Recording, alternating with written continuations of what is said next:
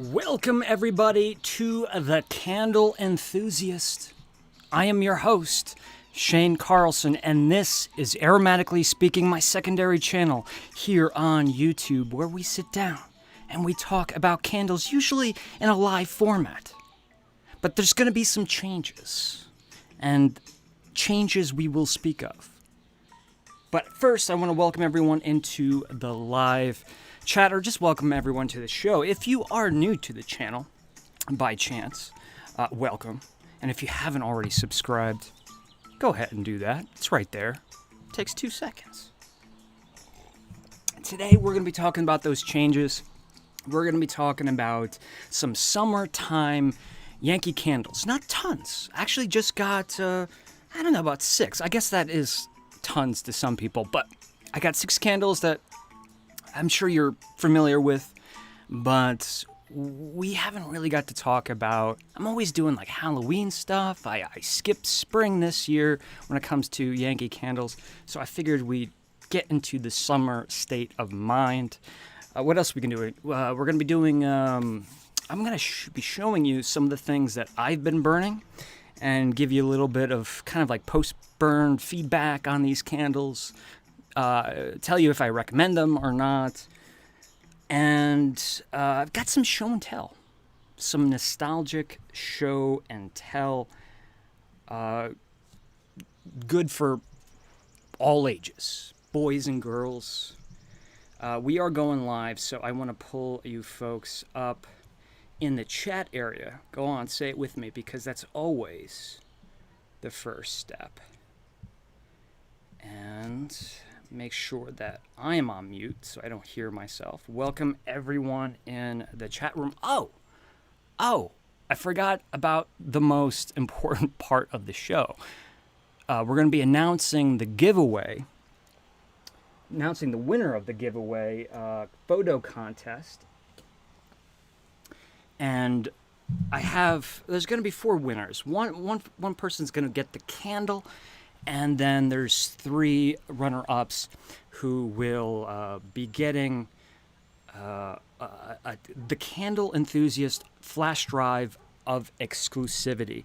I've promoted this several times. What it is it's a monthly flash drive that I produce for subscribers of Patreon, and I'm going to be sending 3 runner-up winners the first volume of over an hour of video content, of deleted footage segments that I never uploaded. There's some personalized stuff where I'm not going to be able to do it for those winners today, but I share with the subscribers. I kind of do a little dialogue in front of the camera. There's music, there's photographs, there's tons of goodies jam-packed on this 18 gigabyte hard drive. If you're interested in that, swing over to patreon.com/thecandleenthusiast. But as always, you will find that information in the description below. I want to welcome everyone again into the chat area. And hello. So let's talk about these changes first, and then we're going to get right to the giveaway. Changes are good. No, for a long time now, I really don't know how long it's been, I've been mainly producing my candle content in this live format. And I enjoy it because I feel like I'm not performing to a camera. I feel like I'm talking to you guys. I also enjoy it because I don't have to really talk fast like I do with my edited videos, because I want to make sure that I can jam-pack tons of information in like an 8 to a 14-minute video when I edit them. And editing, that's the biggest thing. When I do these lives, once we're done, we're all done. If I was filming this right now, I would film it, finish, and then I have to take it and edit it, chop it up, add music, color correct, add sound effects, add the titles. And unfortunately or fortunately, I'm a perfectionist when it comes to editing. So it's not a fast process. That's why I've been doing this live format. However, I think you guys are being cheated a little bit, and I get it. These videos, we sit down and hang out sometimes for over 3 hours. And when I'm personally watching YouTube, I'm looking for something around like 20 minutes, unless it's something I can just turn on and tune out, if you will, like put it on in the background while I'm working. So we're gonna still have these lives, but Smell It Sunday will be reduced. Maybe during like candle season, which is autumn into the holidays, we'll have it weekly. But let's say right now we'll be having Smell It Sunday lives on Sunday afternoon, bi-weekly, every other week. It may be when I'm start traveling, it may be a little bit less, or maybe there'll be spontaneous lives, or maybe lives on Sunday that aren't necessarily me sitting down talking about candles, but me out on the road and me just showing you guys what I'm up to. So as far as those changes, I just want to put that out there, because you guys showed on the Facebook, the Candle Enthusiast Facebook fan group. I made a poll for those of you who are not members. Made a poll and I asked you guys like which between the two, edited short videos or one long live every week, and by a landslide, you guys voted for shorter and more frequent videos. More frequent videos throughout the week, and of course much shorter. So you can sit down and like invest 14 minutes in an episode, and it's not a big deal. So I'm going to be doing like what I'm doing today, summertime candles, what I've been burning. I'm actually going to be filming that stuff from now on, instead of doing it live like this, editing that, trying to keep it nice and simple, trying to put that perfectionist in me, to rest a little bit, and be pumping out 2 to 3 videos on this channel a week.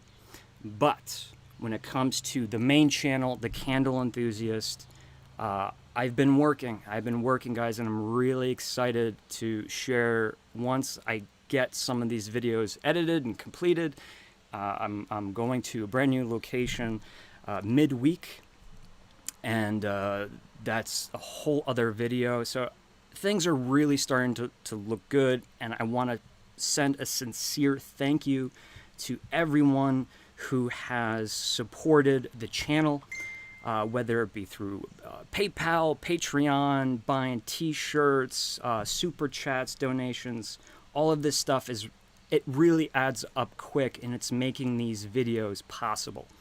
Our budget is slowly increasing, but with that said, the more, if you can spare $1, spare $2, $3, the more we can add into the pool, the more fuel, so to speak, we'll have to go and do more destination videos, more vlogs, just out and about stuff. And there's something I want to show here, because I keep forgetting to do this, and of course it's not updated. I will update this. I'm going to be showing this title card it's at the end of all of my edited videos, but I want to be doing it on the lives too. These are the folks who are at a certain tier on patreon.com. I want to give them a little bit of promotion, or just a big shout out. Most of these people just want shout outs, and they want to support the channel and my work. But there's a few names missing here. We got Stephanie Hall, we have Katie Manning, and we have the name is eluding me at the second, but Absinthe Minded Candle Company have joined this list. So I want to give a big shout out and thank you to those folks and everyone who has contributed in one way or another. But let's get started, all right? Changes.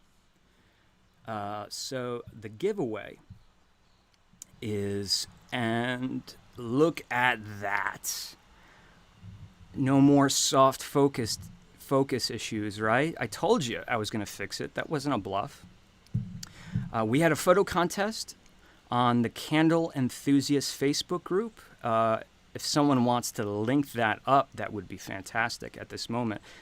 Because I'm going to be trying to do as many giveaways as possible. Some will be big, some will be modest, and for example, this one was an international giveaway.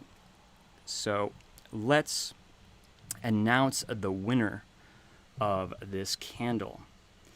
But before I do that, I just got to open up the Facebook group to you know what? I don't have to do that. That'd be nice production value, but we don't need to do that. The winner of this candle goes to Penny. Penny, you know who you are. I don't know if you're in the chat area right now, but this is Village Candle's Salted Caramel Latte. It's not brand new, but it is new to their lineup.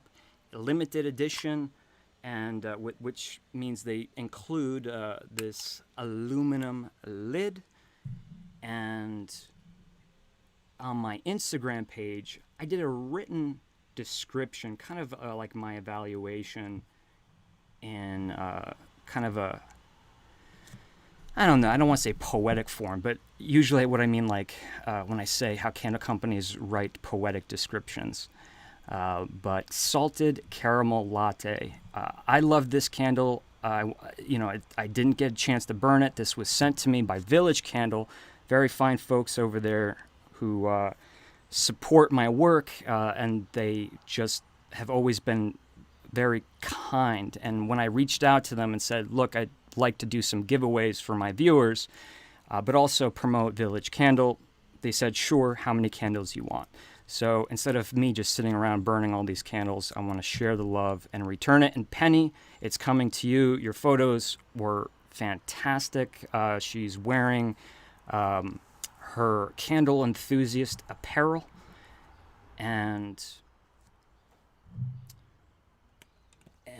But we do have 3 runner-ups. Now, here's the thing. I really do need to look it up because I want to make sure I'm getting the names right here.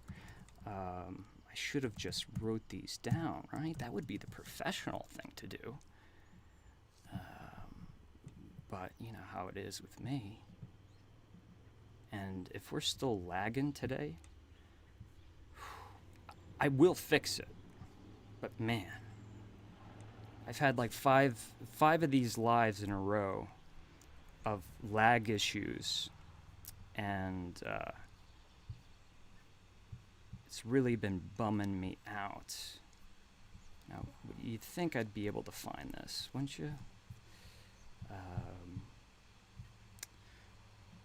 So what I'm doing is, for those of you who are not members of the group, I had folks take a photo of their passion, their love of candles, aroma, home fragrance, and if they wanted to incorporate the Candle Enthusiast into the photographs.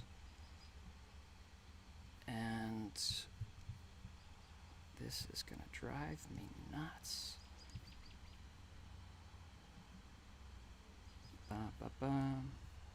All right. I think I got this. I know 2 of the winners, but I just don't want to get the names wrong.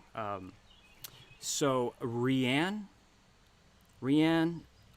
you are getting one of the flash drives. So like I said, over an hour of footage.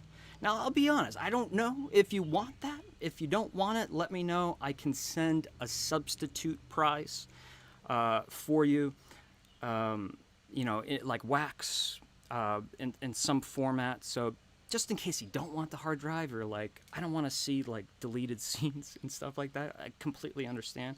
So just let me know. So all the winners, contact me at candleenthusiast@yahoo.com.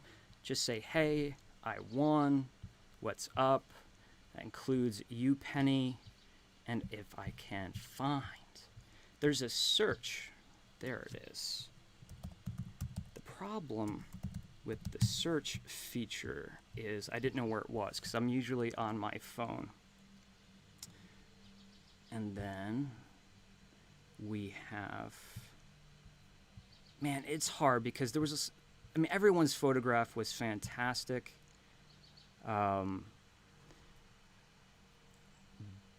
But, you know, I just had to kind of take a few names blindly. So it wasn't a contest like who has really the best photo, because they're all fantastic. And I mean that.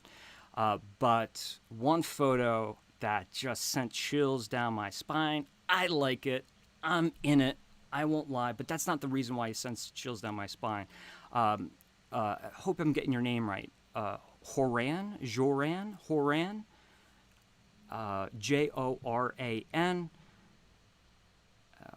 Mergenberg, Horan Mergenberg.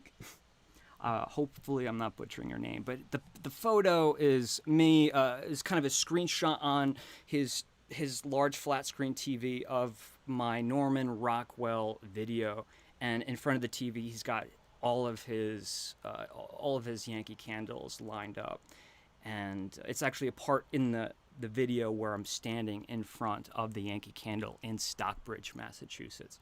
Super cool. So make sure you reach out to me. So we have Horan, Rianne, and Penny, and I can't find his picture right now, but Kazra, are you out there, Kazra? Maybe I should be checking the comments.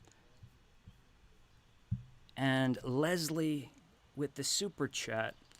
Leslie, thank you so much. And I can't tell you how much it means. Leslie says, let's start the day off with showing some future travel love. Here's to future travels. Thanks so much, Leslie. I truly appreciate that. And Rianne is here, so she knows that she won. That is great. Kazra is here. So hopefully, Kazra, you know that you have won. Horan and Penny. Penny's here too. Fantastic. So you guys know what to do, right? Email me, candleenthusiast@yahoo.com. Say, hey, it's me. I won. And we'll communicate to figure out what's the best way or what's the best address for me to get all of the prizes to you. But just let me know if you don't want the hard drive. Penny, you get the hard drive as well. And people are saying no lag.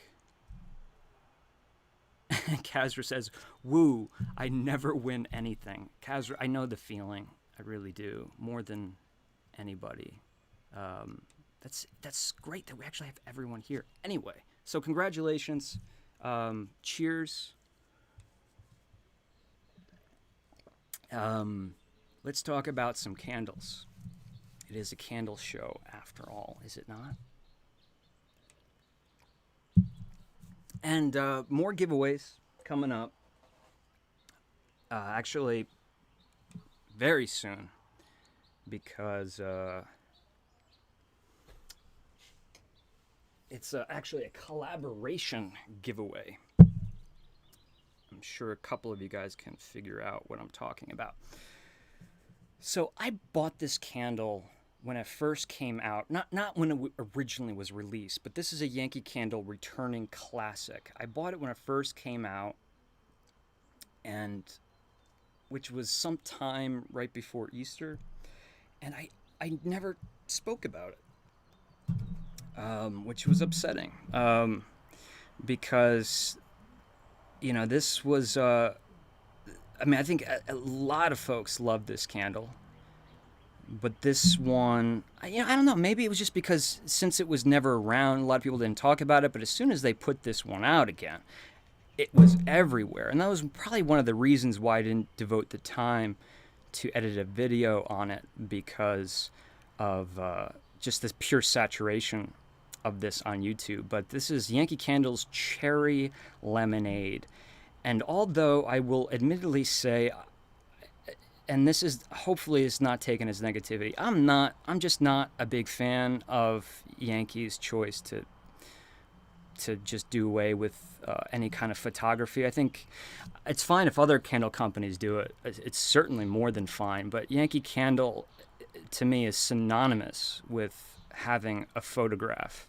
It's, to me, kind of like 40% of the whole, the whole fun, the whole concept, the whole joy and tradition of burning a Yankee Candle. But with that said, that is a really delicious, thirst-quenching label. Let me know if you guys have burned this new one, and if it met your expectations, if there was any problems, if you remember, maybe if there was some variance between the new one and an old one that you had in your collection. But on the label here, we have, I should get a pointer because I hate the look of my fingers. The looks of my fingers. The cherry, we have some what looks like orange, but it's actually lemon. It's just the color out here, with a little milkshake straw and some bubbly, sparkling, effervescent CO2 on the cherry and around the label. I really do like this. I just wish they could take this, make it really small, and put it on top of the photograph that all of us want, because right off the bat, whether you've seen this label, whether you've never seen this label, as soon as I show this to you, think about how much information that you're getting, the information that you're not even aware of. Where are we? Seriously, where are we right now? See, now you're paying attention, but the background, right? We're in what I would assume is some kind of, cherry tree, I don't know what they call it, farm? It's not an orchard, is it? But a cherry tree, let's call it a farm for now. It even looks like a vineyard. Could even be a citrus grove because it is lemonade after all. But that beautiful picture, the two glasses together, which is kind of that reminder that, this candle is, about kind of getting together with a significant other or your husband or wife or with a friend, or just not just being by yourself. And I think what's brilliant too is the third glass here. I truly don't think some of these things, especially these older labels, are accidents. If there was just one glass there, it would look, maybe on a subconscious level, but it would still look nonetheless like, okay, this glass is for me, and I'm burning this candle alone. But having many glasses on the table kind of gives us that festive feeling of a party or a get-together. We have that sense of place, which is outside in the field. We can even tell by the lighting on the kind of the highlights of that jug, what time of the day it is. This is probably not sunrise, but it's it's in the coming hours. The sun will be setting. It has it looks more yellow on camera than it does here, but the yellow light does give you that feeling of more towards evening time. Like maybe these drinks are being served as a late lunch leading into dinner. And I can go on and on about these labels and the information that they give. And I don't think it's important. I don't think it's like, even I don't do it. Well, that's a lie. I do study the labels inside and out. I look at every little detail when it comes to Yankee Candle and other candles that have photos, but it doesn't really matter if you analyze it, because I think you get most of the information, like I said, on a subconscious level, one way or the other. So while I have these two candles here, let me now this one's not too old. Let me do a side by side. I never and it's not because I don't like the tumblers, or it's not because of the wax blend or 2 wicks. It has nothing to do with any of that. But when it comes to Yankee candles, I exclusively buy house warmers, which is weird. Which is why it's weird that I have this. I really can't remember how it happened. So the lemon is intense and all encompassing. It's not just the lemon juice. And this is why candles like Sicilian Lemon were so successful. Whether you're looking at it from, it's a complex candle or it's an authentic candle, or if you just look at it as a successful candle, like people liked it, it's because you're getting so much. And for those who really don't analyze the smell, like go into depth with the aromatics like I do, and that's perfectly normal and fine, but I think it was successful because it was authentic. But the reason why it was authentic is because you were getting the juice, you were getting the zest, and you were getting the lemon essence, the juice locked inside of that zest. Even the pith, the white part of the citrus, and all of those things I just mentioned smell completely different. So if you just had lemon juice or lemon zest, right, it might not be successful, or it might not trigger that association in your mind of a real lemon. It might make you think of like a candy lemon. But the reason why Sicilian Lemon, again, so good and authentic is because it was all encompassing of the citrus, even down to some green notes in the vineyards, in the citrus groves. So here, I can't say I'm getting any green notes. That wouldn't make any sense, and I definitely don't pick that up. But it's the zest, it's the essence a little bit. But it's not just a lemon zestiness. It's the sweetness, sweetness, and the bright juice, the acidity. It's like you took a lemon, sliced a nice thin piece, and you just threw it into a plate that had some granulated sugar on it, right? And you just kind of flopped it over, and then you smelled it, because you're smelling the extreme perceived tartness. You're smelling the fresh oils that are exuding because you just cut it, smelling the pith, but there is an enormous amount of sweetness that balances out the tartness. Balances it. It's important, guys. It's important. It doesn't just work on the palate. It works on the nose, too, right? It's not that this is not super sour. It's just that it's not, you don't perceive it as super tart when you smell it, because you're perceiving sugar, too, which puts it in check, which is what you want. Because if you took the sugar out of lemonade and you drank it, it's not going to be tasty. You throw in that sugar, now it rounds out the flavor. Now your palate is enjoying it. So we have a fully round lemon. And the cherry, to me, I would say, there's kind of certain varieties of cherry juice that we could relate this to. But I don't really want to take it in that direction. I want to think of this more as like a grenadine or a cherry liqueur, like a Grand Marnier or something like that. And you take a little bit of that grenadine Grand Marnier, and you dump it into a glass of sparkling water. And when I say sparkling, I mean sparkling water. I don't mean the, buy 10 bottles and get each for 99 cents kind of thing. I'm talking about, like a legit Pellegrino, really sharp, razor sharp sparkling water.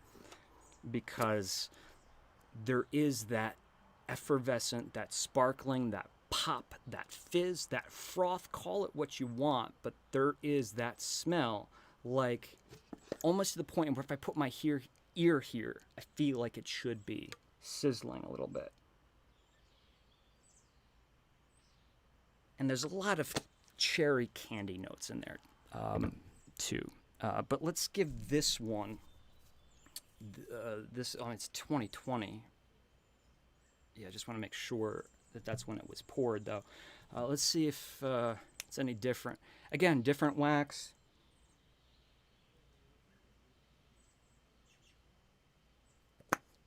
That's interesting.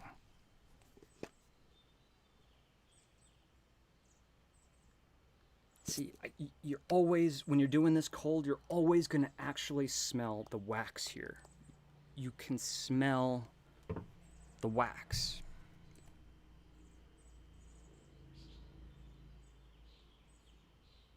I don't know. I want to see, I got to go back and look at the comments, see what you guys said, but to me, this actually smells brighter, even more brighter. Like, I really jumped to the zest on the older one, where this one I feel like the juice is really popping. I'm just wondering if that's because maybe there isn't so much sweetness on the notes. I gotta, hold on a second. Sorry, Penny, I just had to smell your candle.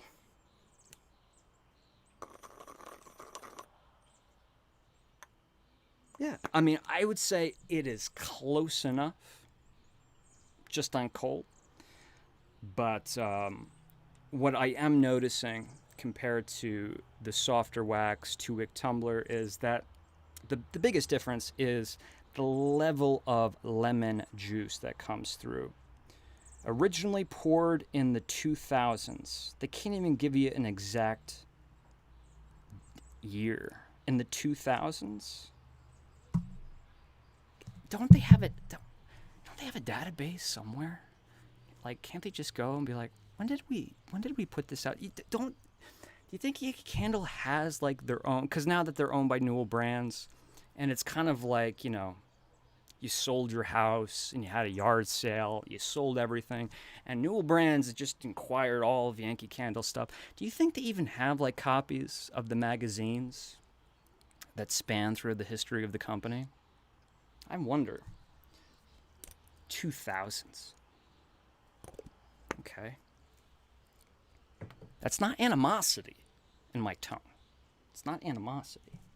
I like being very specific. Let's pull you guys up. See, the next step is getting 2 monitors.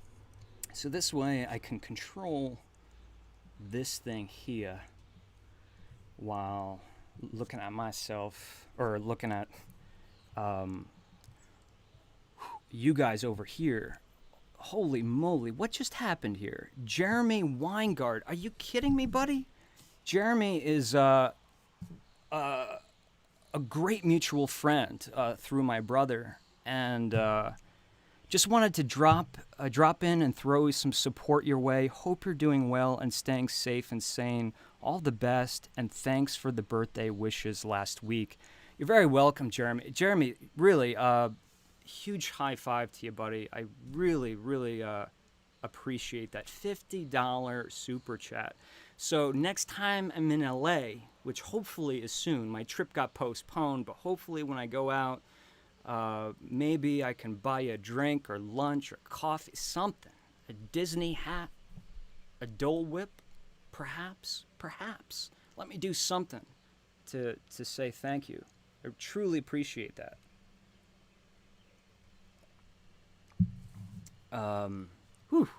Still shaking.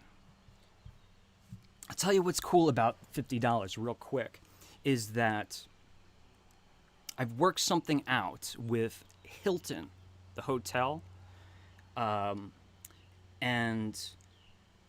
it doesn't, there's blackout dates, but I can stay at most any Hilton, not most any Hilton, let's say the more modest Hiltons, and they're like subsidiaries. I like DoubleTree is always going to be a little bit more expensive. That they're higher end hotels. There's more blackout dates, but within a certain radius, you're always going to find a Hilton. And I work something out where I can stay at a Hilton for roughly $50 a night. Do you know what this means? Do you know what this means? And that's why it's relevant to the Jeremy's $50 super chat. That's one night stay at a destination. That's incredible, because I used to spend $75 for the shadiest places. I mean, if you've seen my travel videos, you've seen some of the places I've stayed, and those weren't even the worst ones on occasion. And to have that Hilton thing, it's not going to work for me all of the time. Plus, I want to stay in unique places too. It's not fun just to see me staying in Hilton. I want to look around for fun inns or interesting places to stay in the future. But that right there, just that little link with Hilton, and like I said, Jeremy's super chat. That's going to keep me traveling more and more. It's really going to take a lot of pressure off my budget. That was a good day when that happened, and it was a good day when that super chat came in. Thanks so much. I kind of even lost my place. Let's continue. And I wanted to look at your other comments. He says, sounds like a plan. Great. So you're down. Good. But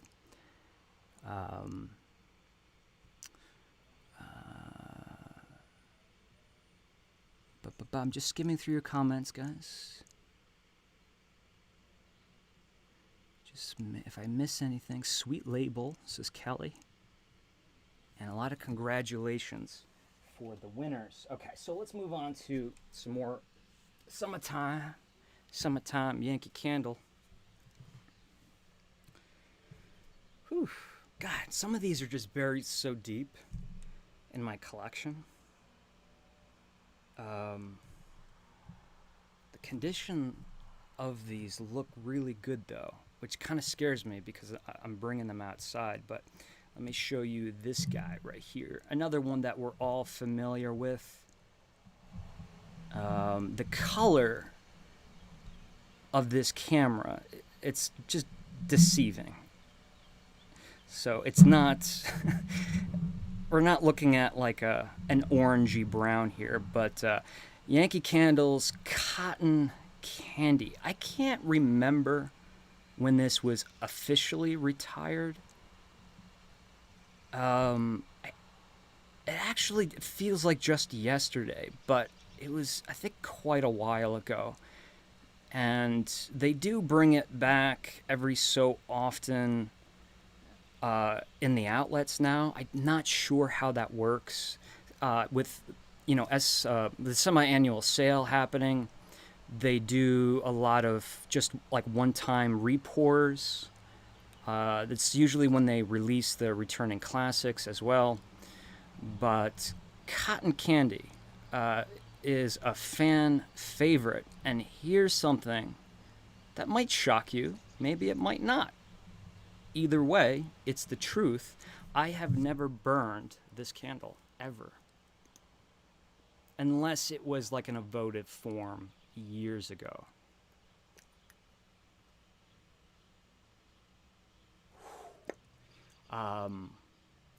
That wasn't like yes. That wasn't a yes. That was more of, I just got punched in the face with you know how the longer your candles are closed, the more of the aromatics are going to get, they're going to volatilize, and they're going to just fill up the empty space in the jar.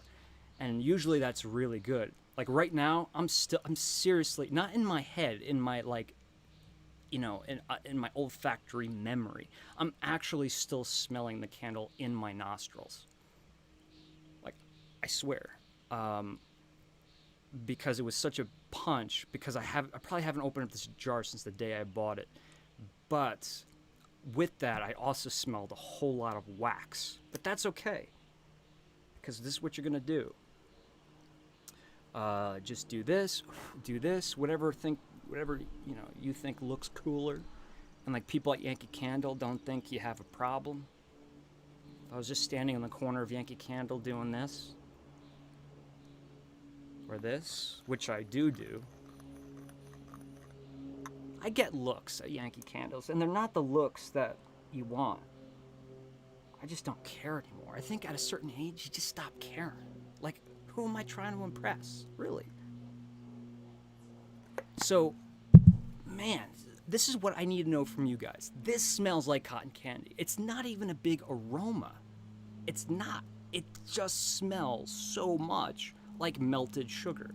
Not caramel, not toffee, not butterscotch, but melted sugar. Or sponge sugar, or if you go to a fancy restaurant and they do one of those like melted sugar drizzles, they let it harden, they peel it off the silicone base, and they kind of put the little sugar sculpture in your sundae or something like that. It just has that smell of warm cane sugar.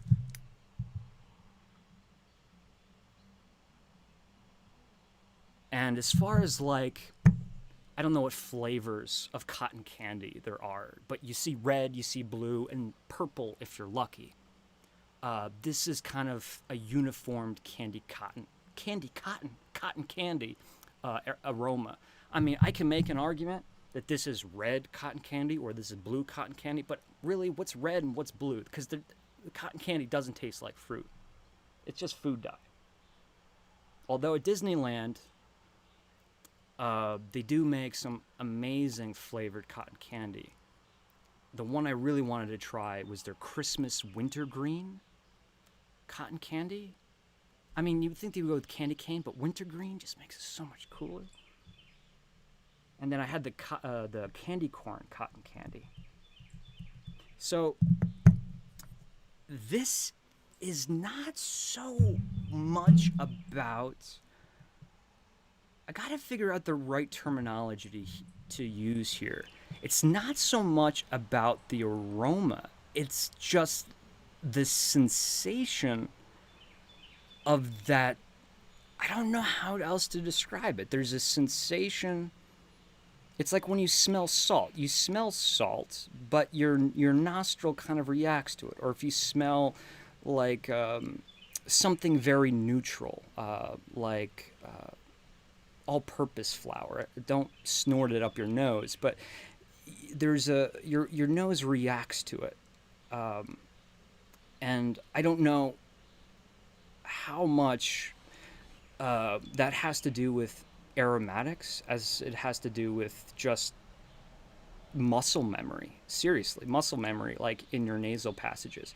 But yes, this smells like warm cotton candy, but it's not intense. But it makes me very curious to know how intense it would be if I burn this. And you guys are probably talking about it, and I'm missing it. Maybe I just need to light this thing, but I don't have another one. And where am I going to get another full-size label? And Leslie's saying, why is it brown? Okay, it's just that camera I just bought, and this is not even that better. The light I'm using here is a very cool light. It's a white light. I should have some kind of I can't put a filter on it, but if it's really mixing. I think the cameras are getting confused. If I had to take a photography guess between the outside and inside, and it's trying to find a middle ground, which is kind of screwing up the color a little bit. I could be completely wrong, but to my naked eyes, maybe that's a little better. It's very much pink, but you're right. As I turn it around, it does seem like some discoloration there, but very minimal. And I wonder, it can't be because that couldn't have happened in my storage, because this one was seriously tucked all the way in the back. And there's no sunlight, zero, that gets into the studio. And this one, now that is an interesting situation. Huh. Let's take a look at this one.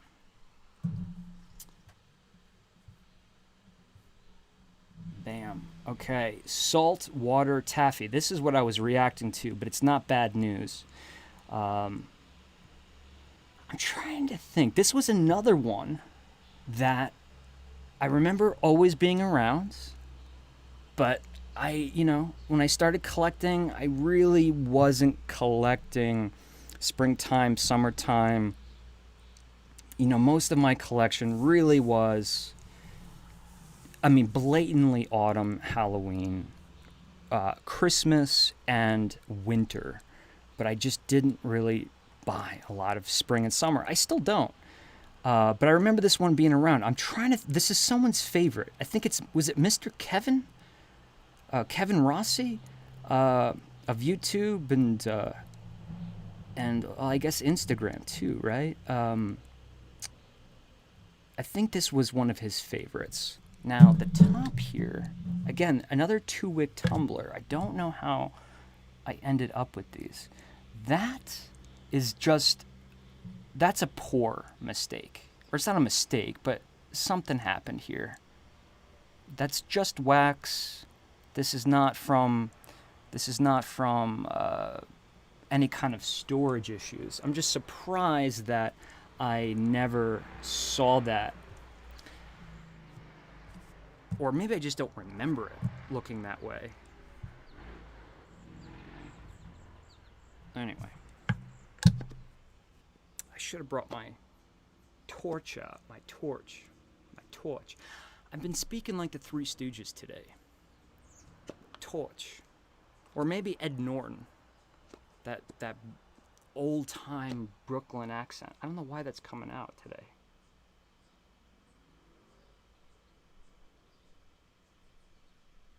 Man, that is just good stuff. But see, here's the thing with like a multi-flavored candy concept is like,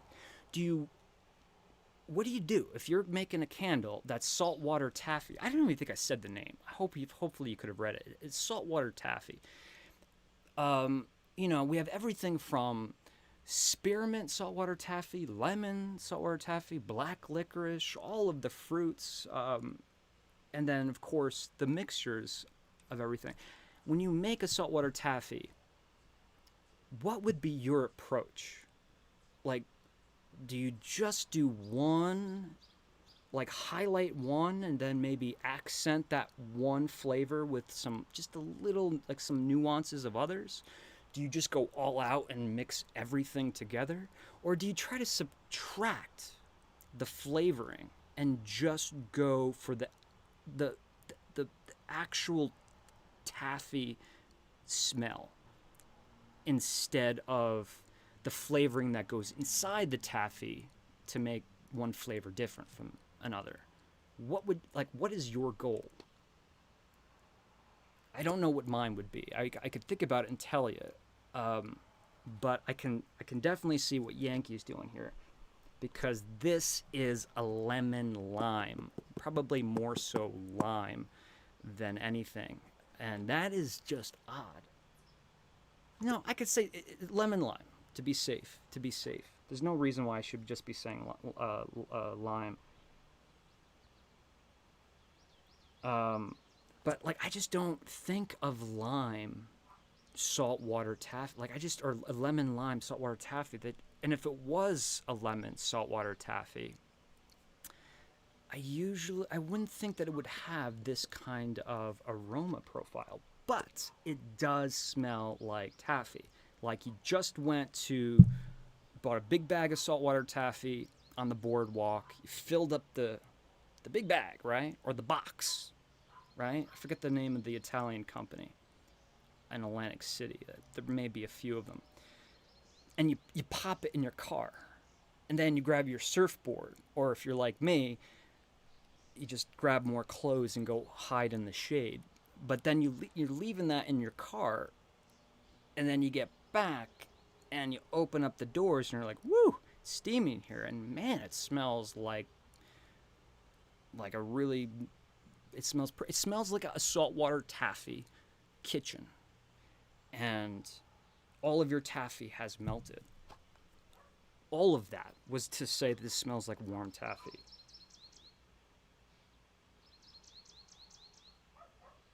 But I'll be honest, when I think of saltwater taffy, I think of like the flavors that most kids don't enjoy. Are any of you guys like that? Let me just have these comments here so I can make sure I'm catching some of these. Um, the like,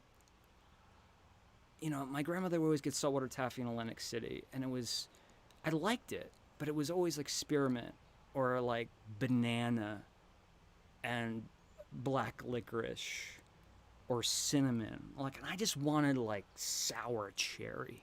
I wanted like, like starburst flavors, right? So what I mean by that is, although this does smell like saltwater taffy, I think it kind of smells more like taffy that's not saltwater taffy. If you follow me, like this smells like starburst. This smells like, trying to think, you got high chews, you have the now and later candies, any taffy candy that's got the inclusion of citric acid, malic acid, nice balance of, mouth puckering tartness and sugar. Speaking of that, kind of smells like Fun Dip. I know that's crazy. It just shows you how my mind works. Because when I said now and later's always remind me of when I was too young to play baseball, but I was watching my brother play baseball, and in the concession stand, my mom or my dad, they'd buy me like the little tiny packs of now and later's. But once every so often, at that same field, I would get a pack of Fun Dip. If anyone's not familiar with Fun Dip, it's a compressed confectioner sugar stick. It's like a big pill. It's a monstrous pill, right? You lick it and you dip it into a foil bag that's got a concoction of sugar and artificial flavorings, artificial colorings, citric acid, malic acid, sweet and tart. So it's fun, and you dip it. Fun Dip. I don't think I really need to go on. I would say lemon and a little bit of like a creamy banana underneath it. I wasn't even planning on evaluating these candles, but saltwater taffy, maybe I need to get on these and actually start burning them. I just feel like if I made a video of saltwater taffy right now and post it, people will be like, "What year are you living in?" But maybe non-topical videos are the way to go, and I have to clean that up because that just looks like like the candle has some kind of fungal disease. And not to embarrass anyone that might have, some fungal issues or fungi, but yeah, it doesn't look pleasant. But we get the camera back on me. Yes, Leslie, thank you. Is it Fralingers? Fralingers, maybe. Yeah, I know that. It's got that old-timey saltwater taffy, old-timey, like Atlantic City Boardwalk postcard-looking box.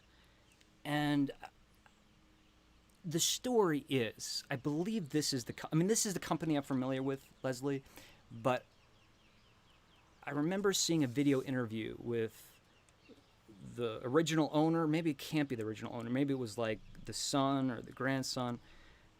And the story is that they were making the taffy and they left the window open one night, and they came back in, and there was like some kind of, not hurricane, but some like massive front of air that came pouring in through the candy kitchen.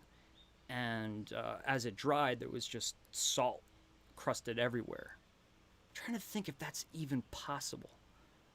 But that's the story. Because, everyone always asks, right? Why is it called saltwater taffy? They don't use saltwater, or maybe they do.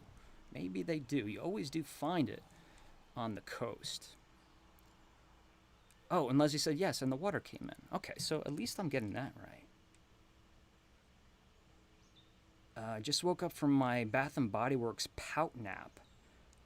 Oh, I'm afraid about that. Isn't it? It's a semi-annual sale, isn't it? I grew up going to Atlantic City, but Pixie Sticks from Trop World was my jam. Yeah, man, Pixie Sticks. You guys remember the Sinbad joke on Pixie Sticks? It really needs to be performed, so I can't say it. My dad worked for them at the beginning of his food career, says Leslie. So Leslie's father worked for, is it Fraulinger's? Saltwater Taffy, the original saltwater taffy out of Atlantic City. That is super cool. Rockport Candle Company has an amazing saltwater taffy candle. I don't want to put you on the spot, Lauren, but how does it, if you can remember, or if you have Yankee Candle saltwater taffy, how do they relate, or how do they not relate? But don't feel pressure to answer that question. Leslie said, in regards to how she would go about making a saltwater taffy candle, because Leslie of Silver Moon Candle Company, candle maker, she would do it in layers. So that is one thing I didn't even consider, right? So one flavor, another flavor, another flavor, another flavor. I think that's really cool. I like that. I like that a lot. You can kind of make your custom Yankee candles at the Yankee Candle Village. They have like a dispenser of scented wax flakes. So you take an empty jar and you go like kind of like a candy chute. You pour a little bit in, you go to the next one, pour a little some in, keep going, and and then they kind of put it under this lamp so it kind of compresses itself. And I've always wanted to do it in very tiny incremental layers to see if I could get like a really thin color, like, I don't know what you want to call it, just color shift. But I'm just afraid of all the colors melting together and just turning brown. Anyway, okay, Lauren's got to go. All right, if I missed anyone's question. Oh, wait, here we go. Carol. Honestly, my cotton candy jar has gradually turned more brownish over time, and it is stored in a cool, dark place. So there you go. Let me make sure I put it down here. Not because mine's in a cool, dark place as well. But, yeah, certain Yankees just turn. Crisp fall night, or not crisp fall night, crisp morning air turns. Kind of like a seafoam green, which is actually quite pretty, but it's much prettier in its original blue. Mary Marshmallow, I'm convinced, was retired solely because it got that freckling effect. It was a bright white wax, and it just had those little rusty spots, speckled. It could happen like overnight. And even when I do come across like a repour in an outlet, they still have it. So, yeah, interesting. All right, so let's move on to the next candle. I burn this just... My days are so lost now. I don't even remember. This could have been yesterday. It may have been 4 days ago. I've just been editing so much that one day just blends into the next. But I was burning this guy. And if I remember correctly, this was retired luau party in 2015. And that was why I bought it. I think I'm getting this right. I bought it because it was retiring. This is a 2014, but that doesn't mean anything. It could have just been a 14, and I bought it in 2015 at a Yankee retail. But you know, I don't know if they were released together, but I just always remembered when this was available at Yankee Candle Retail.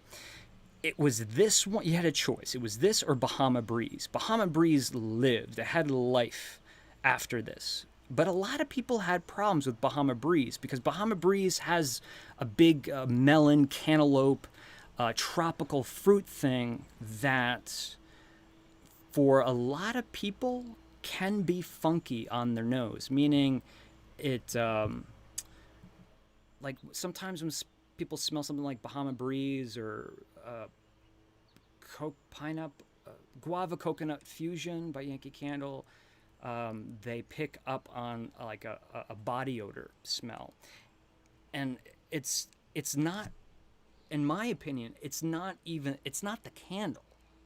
Like the fact that some people smell the body odor, I think that's authentic because I think people can actually smell body odor if they were actually to make that real fruit concoction instead of just smelling the candle. So I don't think it has anything to do with the candle process, but some people's noses don't, because we're all our noses, with the way we detect things, it's all subjective. It's far beyond any knowledge that I have, but some people just, like I said, their mind interprets it as something not pleasant. However, this guy, no melon. You think it would be like super tropical melon because you see the pineapple and mango on there, but really this is like tree fruit. This is berries. Let me smell it because now I'm kind of forgetting what I wrote a description on it the other day. Let me just smell the cap. Yeah, okay. There's definitely pineapple. There's some floral action. And by tropical, I mean a little bit of some spice in there. Maybe that's floral spice though.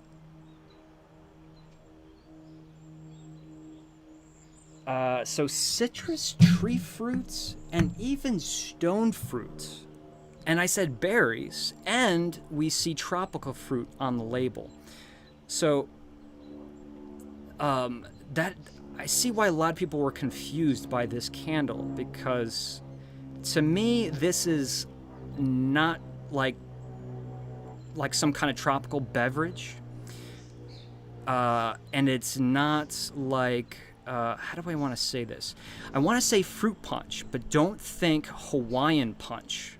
Think of Sunny Delight. Now, it doesn't smell exactly like Sunny Delight, but it smells more like Sunny Delight than fruit punch, like Hawaiian punch smells like. So, and because I don't know if you guys know, but I grew up thinking Sunny Delight was orange juice. It's orange, came in a jug. I could have swore they always had like an orange on it, but really it's a cocktail beverage. It's a mixture of, it's got apples, it's got pear concentrate, it's got citrus, it's got, I can't remember. It doesn't have any berries like red fruit or black fruit, but it really is like a fruit punch. It falls into that category, a cocktail. And unfortunately, because this one was lit a long time ago, there's some smoke taint on the aroma, But I burned this, and it was really good. It's not as intense as Bahama Breeze, but if you don't like Bahama Breeze, but you still want that, like Aruba, Jamaica, come on, pretty. I don't know the lyrics, but like you want that you want to go to Kokomo, right? You just want to take it slow. Ah, man, I wish I had the lyrics in my head, but if you want that kind of candle and Bahama Breeze doesn't work for you, look out for this one. Now, I burned this for a while. Look at those oils, baby. This is a perfect image to demonstrate what happens when a candle is lit. So the wax melts, and then the fragrance oil and the carrier oil, which are mixed together, pop up from the not the top of the wax pool, but at the bottom of the wax pool, where the wax is still solid. So we see those little bubbles pop up, and then they quickly float to the surface.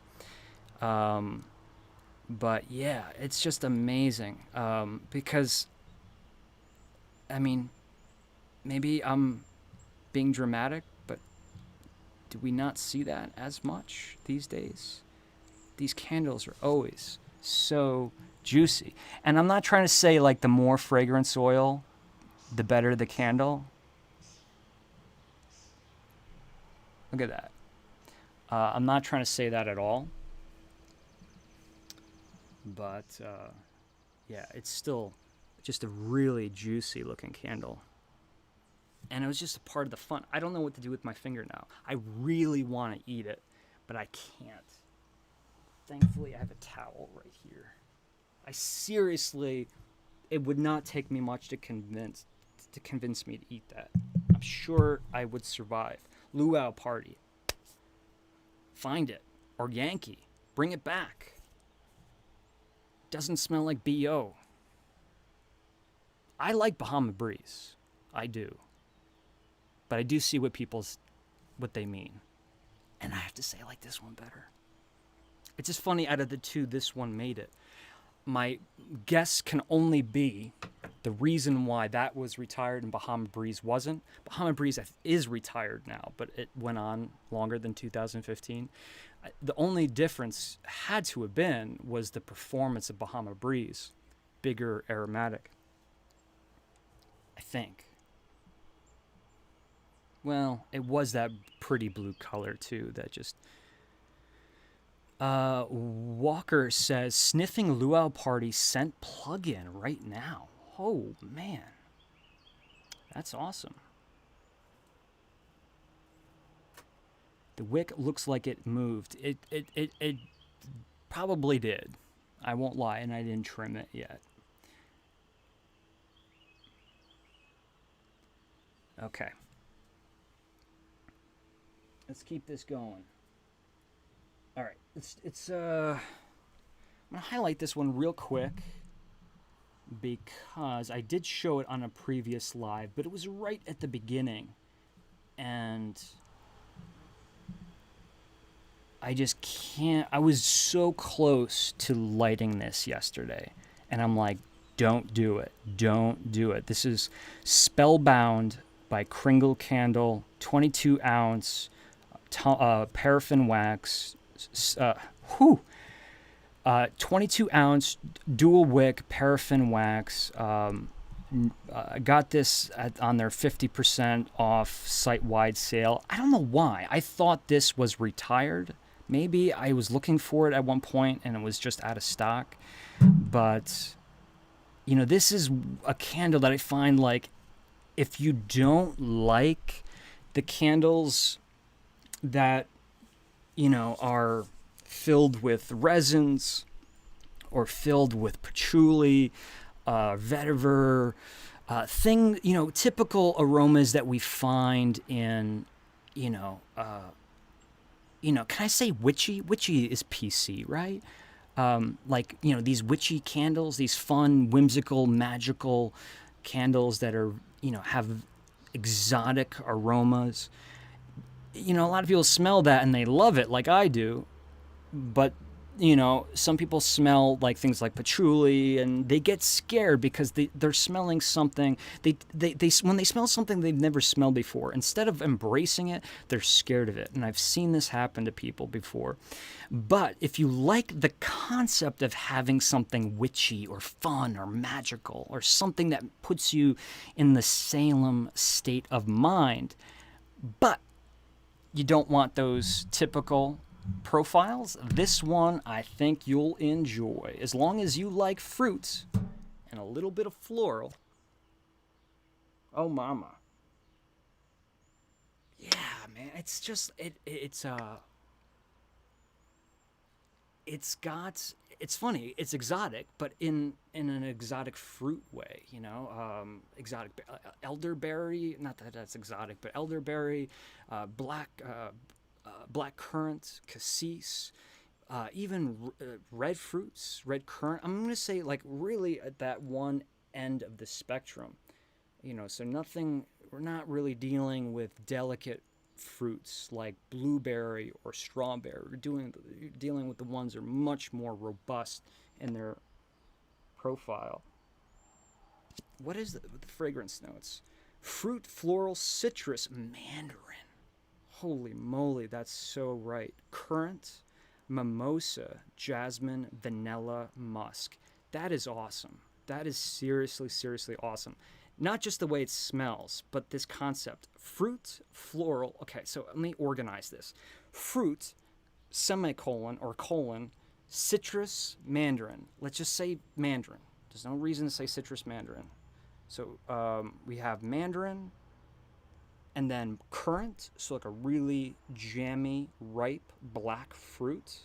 Mimosa, so think of, so citrus again, mixed with champagne or sparkling wine, and a good sparkling wine smells like citrus to begin with, right? But it also, a good sparkling wine can taste like tree fruit too.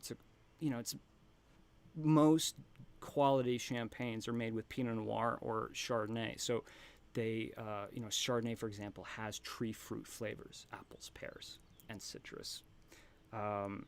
Jasmine, vanilla, and musk. So the florals are what are providing that musk. At least it seems that way. But I think the bigger point here is that, where is it? That I really like this for a relaxing, magical fragrance. I don't think anyone is going to be turned off by this, is what I mean. Like, if you light a patchouli, amber, sandalwood, neroli, serrano, lemon, I don't know what the heck I'm doing, candle, right? Like, that might smell good. It won't, actually. I just thought of it in my head. It would not smell good. But if you light a candle that, has got like dragon's blood and all the, not real dragon's blood, it's plant mass, red plant mass. Anyway, a lot of people might just not feel comfy in that new environment if they walk into your home. If they walk into your home and it smells like this, they're gonna be like, whoa, this is more of like a fun party. Like, let's go put on hocus pocus and wear witch hats and make some popcorn. But Halloween all year round here. I like this candle a lot. And the label, as simplistic as it is, it never gets old. It kind of looks like the original opening to the Candle Enthusiast, doesn't it? It's a different color. What else do I have down here? Okay, so I burned this one this morning. I burned it many times before. And a great way to know what I am burning on a daily basis is usually I don't do it every day, but it's kind of become a part of my coffee morning routine. While I'm having my coffee, I set up my candle and I take a photo. So and I post it up on Instagram. And this morning, I had this guy going, and I actually filmed an entire review of this candle. I think I just talked about this as well. like 2 Sundays ago. This is what we liked about chocolate when we were children. This is not like chocolate ganache or rich chocolate brownies sprinkled in, black Hawaiian or black Himalayan sea salt, something, really gourmet or fancy or something we'd buy in a restaurant. This is not like, a pretentious chocolatier shop. This is childhood. This smells like when we considered chocolate candy, not food. As we become adults, we associate with chocolate being more of a food. At least I do, like you realize that milk chocolate is a whole different thing, and then you take it a step further, then it becomes candy. This is candy, or other things from our childhood. It smells like Tootsie Rolls. Seriously, Tootsie Rolls, the classic Hershey's chocolate recipe, whether that be Hershey Kisses or, I always get the Hershey bar with the almonds. And you get a little bit of this toffee action. The toffee does a couple things. It adds the salt, it adds the butter, and it adds the nuttiness and caramelization, which is really the same thing. So if you want to think of a Rocky Road sundae, bam.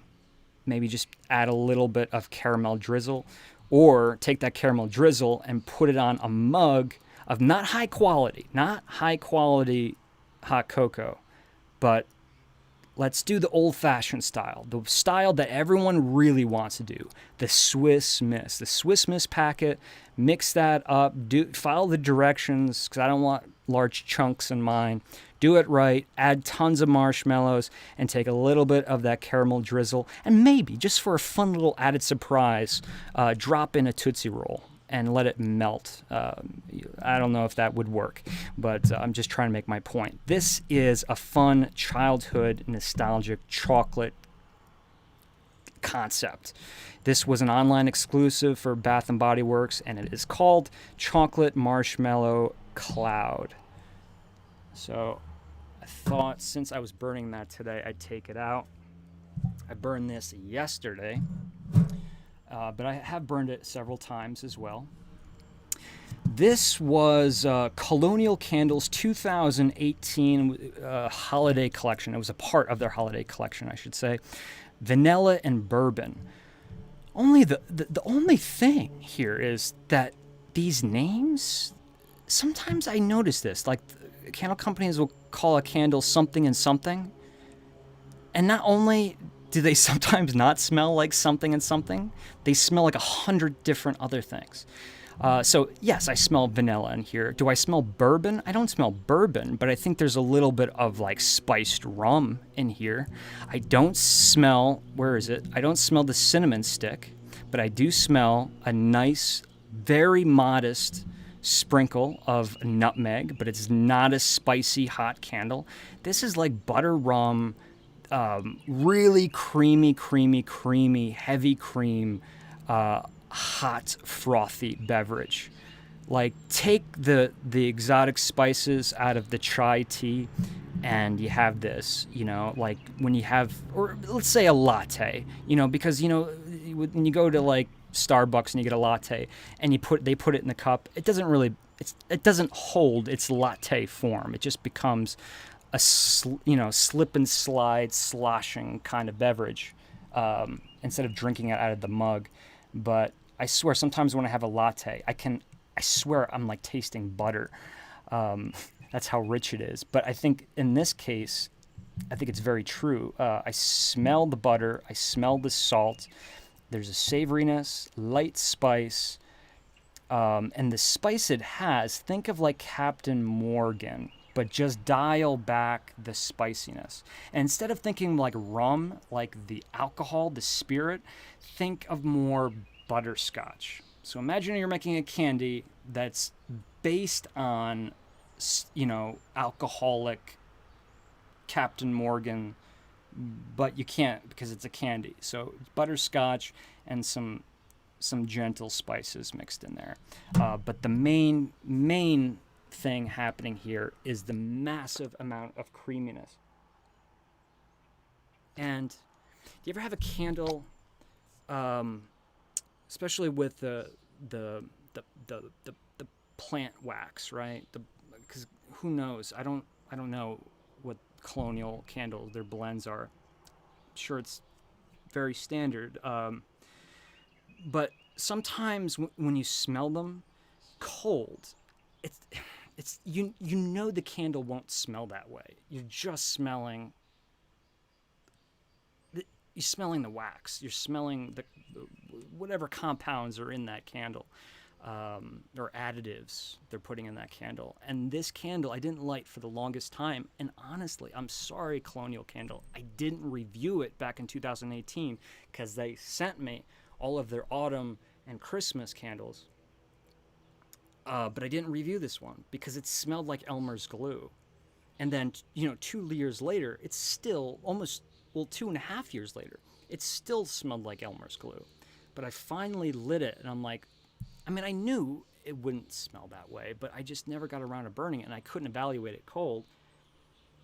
And now it just opened up and it bloomed, and man, and it's a shame because this is a candle I probably would have pushed hard back in 2018, and I really haven't spoken with Colonial Candle in a long time.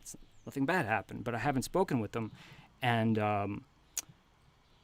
so I don't know off the top of my head if this will be something that would return for the holiday season. I know that they have like the Halloween, their Graveyard Fog and the pumpkin one that stayed around for a couple of years. So vanilla bourbon, check that out. Again, if you want to see what I'm burning, follow me on Instagram because if I post it, it means I like it, unless I blatantly say I don't. And I'm 80% of the time I try to give a pretty good description of my experience while burning it. Okay, we're doing good here. Let's do a couple more things. There's a couple things I'm gonna have to leave out, but that always happens. Check this out. I don't know what to do with this. I need your guys' help. This is something I would have given my dad and called it a day. It is super cool. I just don't know what to do with it. Let me get the camera back a little bit. So what we're looking at is it's a canvas bag, right? It's a real canvas bag. You can tell it's kind of like a Yankee Candle gift bag. Look at this. You got like the mini trowel, and it's like, yeah, it's mini, but like it's real. Like if I had like a miniature garden, I don't, but if I did, I could use this miniature trowel in my miniature garden. And little shovel. I'm sure these have a specific name, these kinds of shovels. But why, what's the deal here? So, okay, so there's some of that glue on here. We have a votive holder, little watering can, and you'll see, yeah, they put glue on everything when they display these, so people don't take it apart. Can you see this is Yankee Candle's greenhouse? And I know so many of you guys are fans of greenhouse or just anything super green. That's just the glue on my finger. Don't let that disgust you. They put glue on everything. And so this little gift bag came with 3 votives, the tea light holder, or the votive holder, and a 3.7 ounce house warmer that is glued down, but I gotta pry it off because I want to see what year this was, because I just got this. Oh man, they really glued it on there. I see why they do this, because you're giving it as a gift, so it's kind of like a flower arrangement. But good God, I'm ruining the display. And the glue is right over the year. Are you kidding me?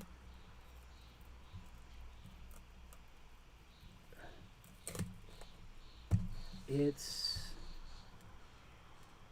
a 2008. Holy crap. Excuse my language. But let me say that again. Holy crap. That is so much older than I thought. So what do I do with this? Seriously. Because this is a beautiful thing to display if you're a gardener. But I'm not. And what happens is there's a box here, right? So you just take the box out, you put the stuff inside, but again, the stuff is just up there for display. I don't know. I thought that was really cool. I got this with shipping, $8.99. Someone was selling it. It wasn't eBay, I don't think. Maybe it was. I can't remember anymore. But I have, I go on Facebook Marketplace, Macar, all these different things. Even just still do, I guess, Craigslist, which seems to be a thing of the past now. But I'm not even a big green candle person. I like the way they smell, but I don't buy green candles. But I had to get that. But I don't know what to do with it.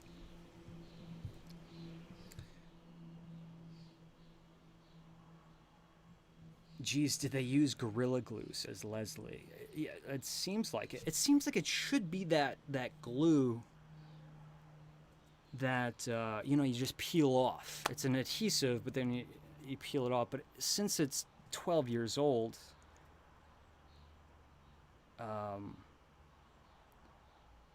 it might be just breaking down. I'm trying to read the comments here. Speaking of Halloween, have you designed a new logo for 2020 yet? Need a new mug and phone case. So the question is, this is a good question. Have I designed a Halloween...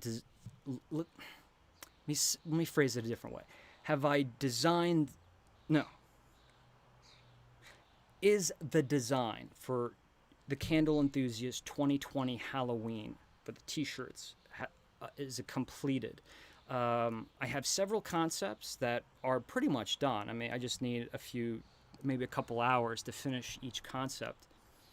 But I haven't really decided on which one. So I had a poll on the Candle Enthusiast Facebook group, and I said, when should I release the t-shirt? And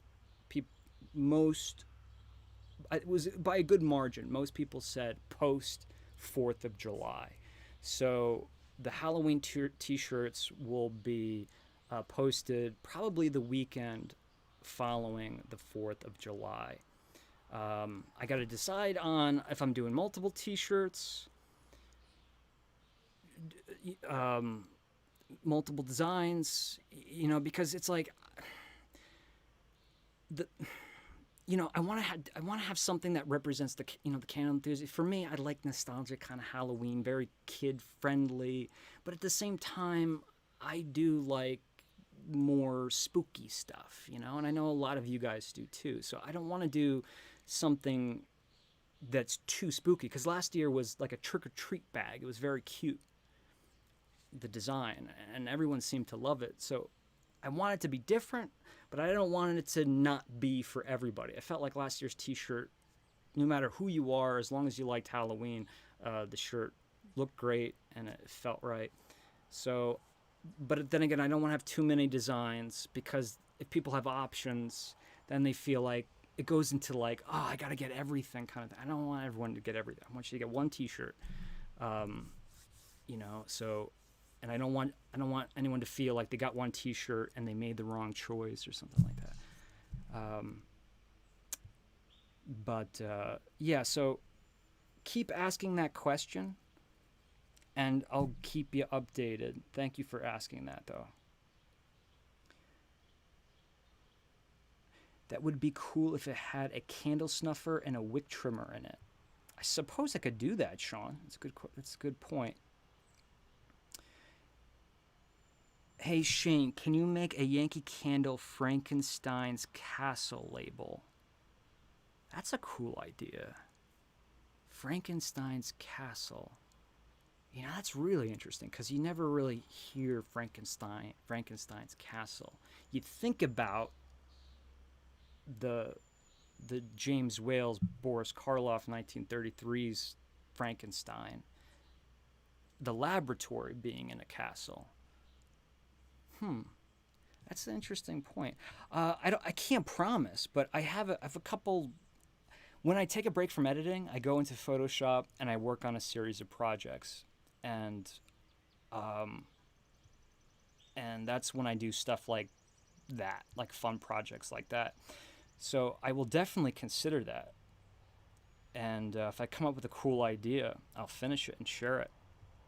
Thanks, James. I appreciate it. Okay. Two more things. And then I don't know what you guys have to do, but I know what I have to do. I have to edit. If I don't edit, I can't film this week. So I seriously, me doing a live today was like, it was a break, is what it was. This is a break for me. Not that it's ever work. Okay, this is fun. But there's a story that goes along with this. So, most of you guys know, I feel like I talk about it ad nauseum, that I love Norman Rockwell. I love the artist, the American artist, Norman Rockwell, Saturday Evening Post magazine. And the town he didn't grow up in, the town he lived in, Stockbridge. And inside of Stockbridge on Main Street, there's an inn that I've stayed at and I've made a video at. It's called the Red Lion Inn. But also my favorite Norman Rockwell painting is a panoramic painting. It goes by several different names, but I think the most popular is Christmas on Main Street. And it has the whole town, the one half of the town on Main Street, panoramic painting. It's enormous, and the aspect ratio is crazy. So this company made, well, actually, I didn't even know this. I saw on eBay someone selling a Norman Rockwell Red Lion Inn little statue, little village. It doesn't have lights. It's a long story because this is what happens to me. This looks old because it is old. I believe this collection was made in 1988, or at least that's when it was released. But, you know, had to get this. I already took out the top and the lid, but it had all of its original packaging, and it was in mint condition. So first I want to show you, oh yeah, oh yes, sir. Yes, sir, or ma'am. Let's turn it that way, because that would be the right way to look at it. So that is the Red Lion Inn. I bought it. I was happy with it. I loved it. And just for your reference, right here, that window right there on the tip of my finger, excuse the look of my fingers, that is my room. That's actually the bathroom. But I stay right there, and that's the other window. It's actually, I don't know if that, no, what am I saying? Of course that window is there. But that's, oh, you know what it is? Okay, I got it now. I can't believe I didn't think of this before. That's the bathroom window, but out here, the bathroom is very narrow. It's very small. This is actually in the main room, and the main room spreads to that window and that window. Why am I showing you all that? Well, that's where I stay. And the reason why I chose it is because you have two different points of view. You can see out, you can see this way, and you can see right down onto Main Street. And it conveniently has this little rooftop, so I can stick my camera out on a tiny tripod and put it out there right there on the roof. I actually did that on a live for you guys. So I love this thing because of how accurate it is, even down to the lattice work down here. So this was included in that painting, that panoramic painting, right? On the all the way onto the far right of the painting starts the red line in, but then the rest of the town continues. If I should have had a picture to pull up. So the story is, I bought this, happy with it, completely happy with it, and then I started enjoying it too much, and I started thinking, which is usually a bad thing, and I bought the whole set. I hunted them down. I actually found one guy who had the entire set that spans all Main Street, all of the buildings that are incorporated in the painting, including the town hall, which is now Yankee Candle and has been. I think it was their 20th location in Stockbridge, Massachusetts. So,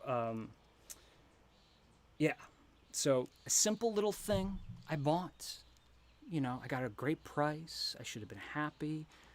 I bought the whole thing. The good news is, I actually bought 2 of these. I resold one, made a good amount of money, and the guy who sold me the whole collection sold them to me for incredibly cheap. I mean, it's it's probably a third of the cost of what they actually were priced at in 1988. Otherwise, I would not have done it, but the price was too good, and now I was gonna put them all out and take a picture, or I was thinking maybe I'll do it for Christmas. Then I thought, bam, I should just do a short little video on this. So I think what I'm gonna do is make like I said, just a small video around Christmas time. I'm gonna put these out on my piano and dress it all up with fake snow and all that goodness and mini LED twinkle lights, and just kind of do a vlog of me setting this up. Some of you probably like, what are you talking about? Who is Norman Rockwell? What is a red lion in? But the reason why I have this here is because I was going to do a huge show and tell, but we're already running long, so I'm trying to wrap this up, and I'll just hold on to the other stuff for next week. But I got to show you one more thing. Oh, yeah. Got to get excited. If the hair doesn't bounce, then I'm not excited enough. Yes. Yes. Say it with me. Come on. You know it. You know it be true. Feel it in your heart. I know you can feel it. Do not deny it. That is it. That is a 1986 Happy Meal. Which Happy Meal plastic candy trick-or-treat bucket, including her hat, which is almost always missing. And what's so cool is that it even has some little holes in the hat, so your steamy burger and fries can vent from the top of her hat. But you know, I don't think anything is more nostalgic to me by sight when it comes to Halloween than this. Or I shouldn't say nostalgic, but synonymous. You know, it's kind of like if I close my eyes and I think about this bucket, I can still remember like places I was when I saw the commercials for these Happy Meals, and I was just happy to get this at a good price. They're really not that expensive, to be honest with you, because they produce so many of them. You'd think this would be a really big collector's item. It's not. But I got a really good price, and then I got one from an early year. Something inside, though. Woohoo! He didn't come with it. For some reason, he got inside of it. So there you go. 1986.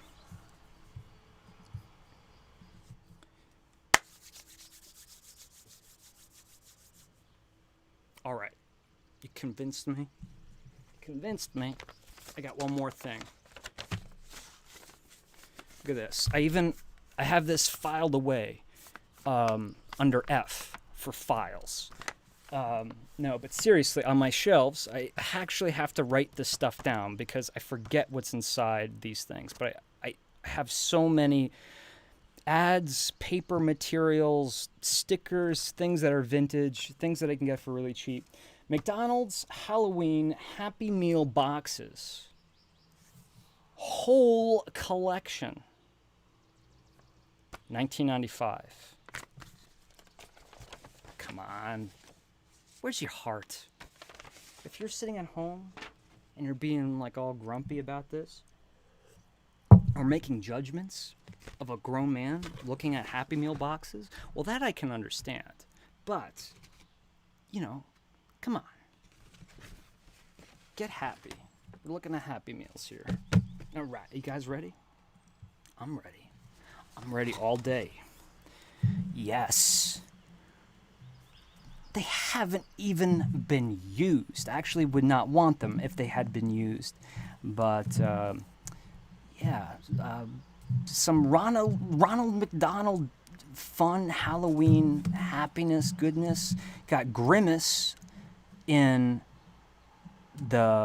his scary ghost sheet, which if you remember, they had a name, I'm forgetting it now, but they had the Happy Meal toy McNuggets.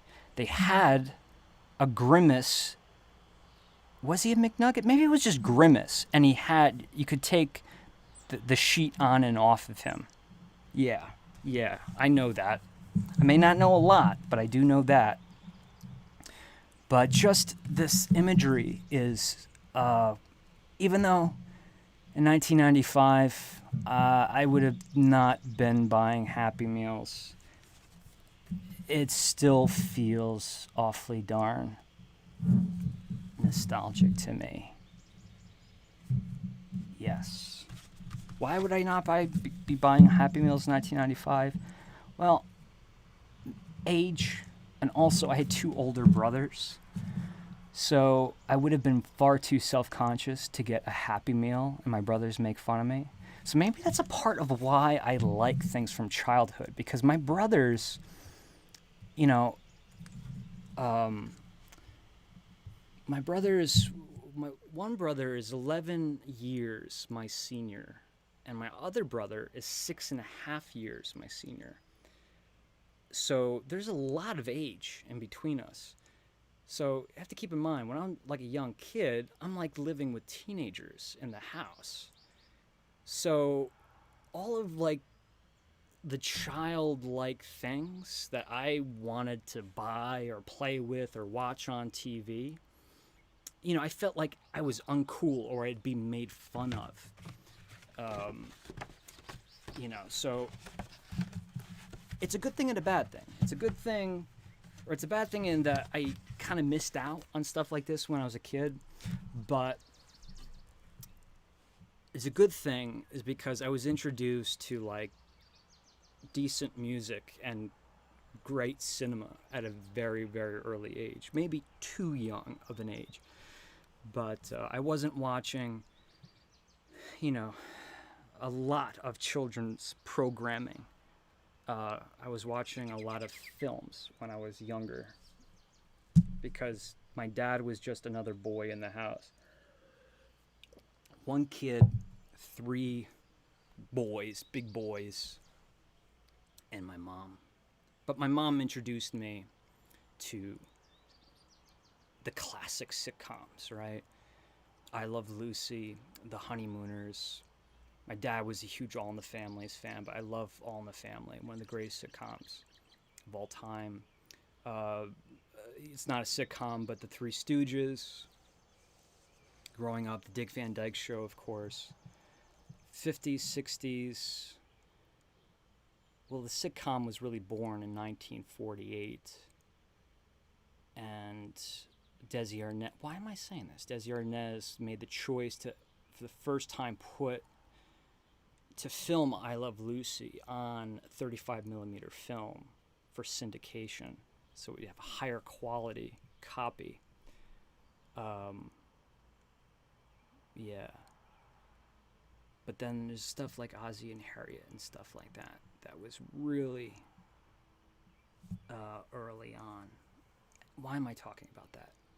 Oh, because of my father movies, my mom more television history. All right, folks, so let me check with you one more time.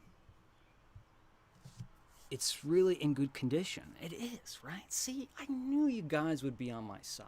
I feel like you guys might judge, and that's okay, as long as you give me a chance to explain myself. But usually you guys can see why, I enjoy that kind of stuff.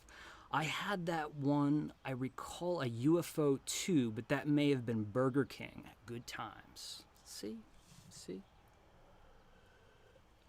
Great collection, Shane. I love it.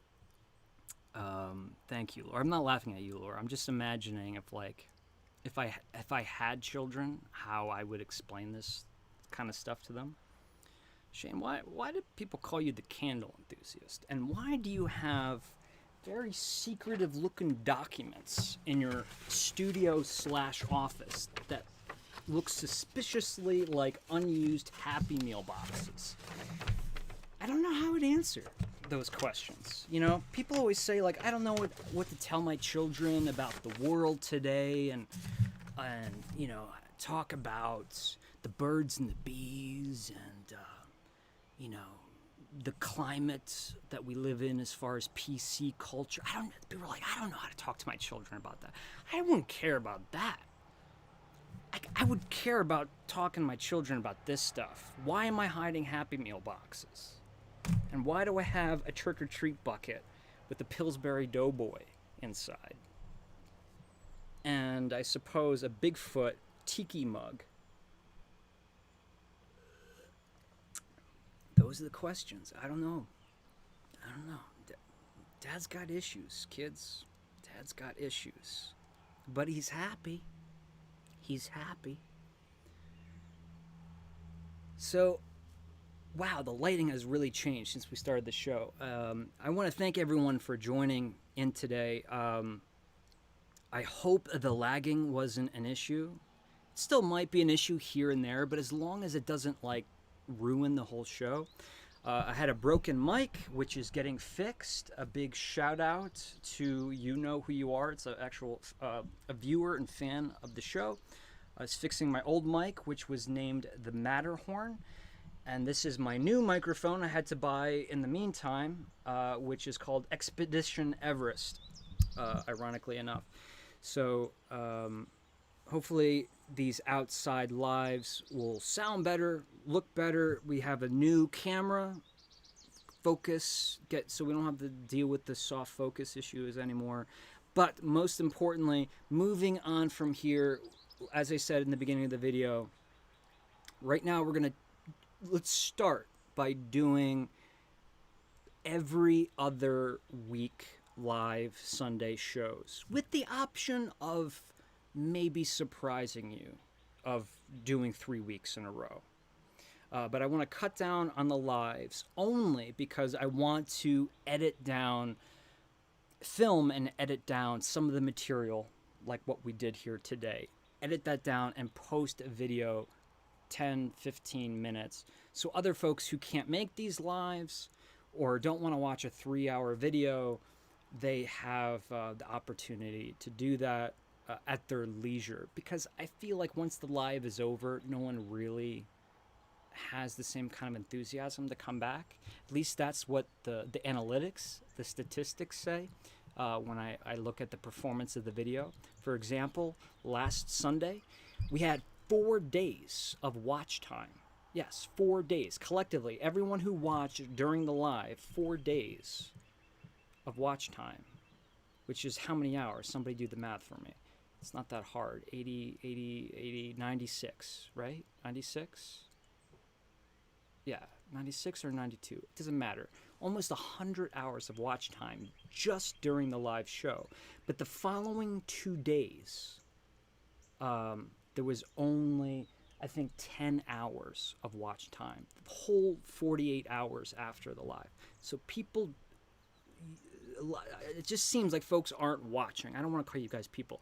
People are you folks who, or the folks who can't make the live, or if you miss it, I don't think a lot of people want to come back and rewatch, and that makes perfect sense. It does. So I want to make sure that I am putting you guys before me, in that I'm giving you material video content that you can use. If you're just not able to tune in on Sunday, and then that means you just never watch anything on this channel, that's no good. I got to fix that. So yeah, that's it. Didn't notice any technical problems or lagging today.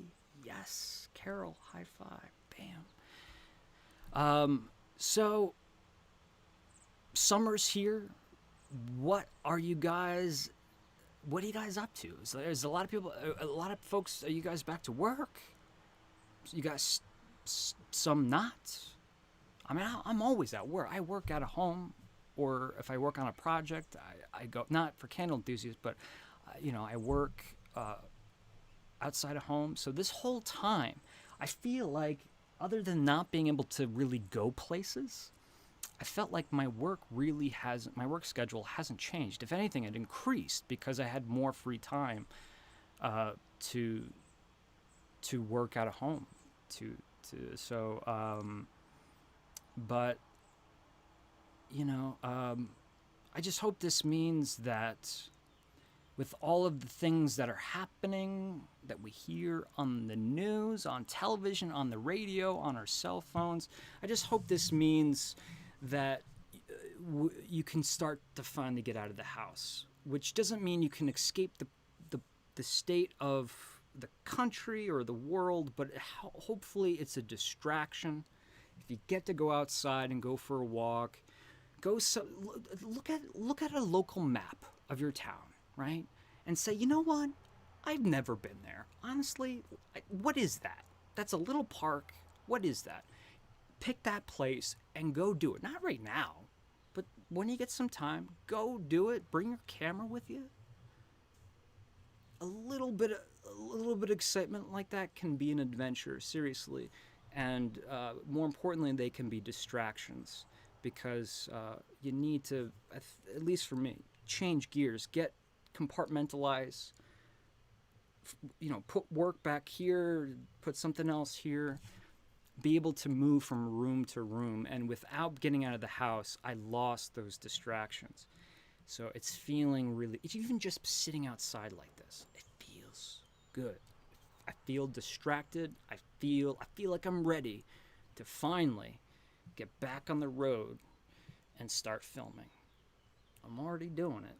And we'll be posting soon. I just want to thank everyone for joining in today, and I want everyone to have a fantastic Sunday. I'm not sure when I'll be seeing you next, but at the very least, I have a new video. The Eerie Candle Company Killer Clowns from Outer Space 8-candle collection. That video has been a rough one to film, let me tell you. Not because of the candles, but just because of the whole production of it. It's been a rough one, but I'm finally going to have this done. I'm going to say midweek, but I'm shooting for Monday. But I'm going to say midweek to be safe.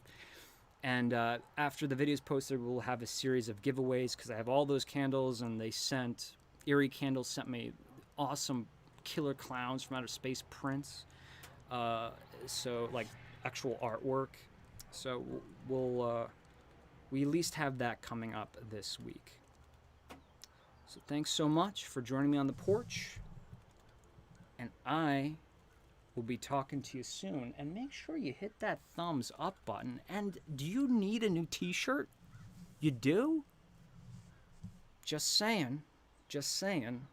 shop.spreadshirt.com/thecandleenthusiast. I know that is a long URL to remember, but it's in the description below. Buy a t-shirt, buy a mug, buy a bandana, because this way you get something. You get something, and then a portion of that purchase goes into future videos. I'm not telling you to. I'm just saying. A t-shirt sounds pretty cool to me. A cooking apron?